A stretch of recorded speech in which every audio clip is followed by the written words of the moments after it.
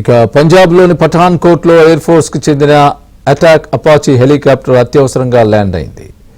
నంగాల్పూర్ పరిధిలోని హాలెట్ గ్రామంలో భారత వైమానిక దళానికి చెందిన హెలికాప్టర్ ఎమర్జెన్సీగా దిగిపోయింది. పఠాన్కోట్ వైమానిక దళ కేంద్రం నుంచి బయలుదేరిన హెలికాప్టర్ సాంకేతిక ఇబ్బందులను ఎదుర్కొన్నట్లు సమాచారం.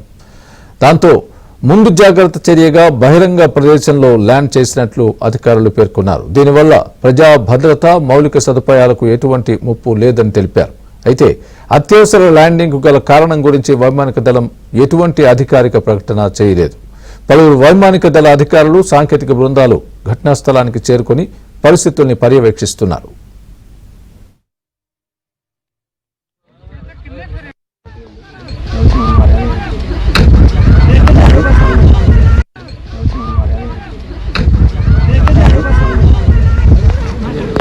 హాలెట్ గ్రామంలో భారత వైమానిక దళానికి చెందిన హెలికాప్టర్ ఎమర్జెన్సీగా దిగిపోయింది.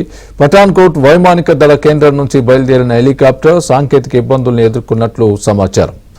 దాంతో ముందు జాగ్రత్త చర్యగా బహిరంగ ప్రదేశంలో ల్యాండ్ చేసినట్లు అధికారులు పేర్కొన్నారు. దీనివల్ల ప్రజా భద్రత, మౌలిక సదుపాయాలకు ఎటువంటి ముప్పు లేదని తెలిపారు. అయితే అత్యవసర ల్యాండింగ్కు గల కారణం గురించి వైమానిక దళం ఎటువంటి అధికారిక ప్రకటన చేయలేదు. పలువురు వైమానిక దళ అధికారులు, సాంకేతిక బృందాలు ఘటనా స్థలానికి చేరుకుని పరిస్థితుల్ని పర్యవేక్షిస్తున్నారు.